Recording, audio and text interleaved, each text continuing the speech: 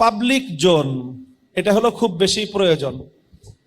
এটা আমাদের শিশু কিশোরদের পক্ষ থেকেও, আমি খেলতে গেছি একদিন ওদের সাথে ক্রিকেট, ওরা আমাকে পেয়ে এই মাঠের আবদার করেছে।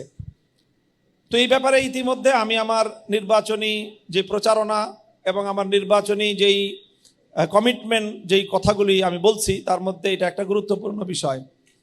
সেটা হলো যে বিশেষ করে আমাদের যে মোহাম্মদপুরের দুইটা অঞ্চল আপনারা জানেন, একটা হলো পুরাতন ঐতিহ্যবাহী যে আবাসিক এলাকা রিং রোডের পূর্ব দিকে, রায়ের বাজার থেকে পূর্ব দিকে যে অঞ্চলটা, এটা হলো মোহাম্মদপুরের প্রাচীন এলাকা, কয়েকশো বছর আগের নগরী বা শত বছর আগের জনপদ।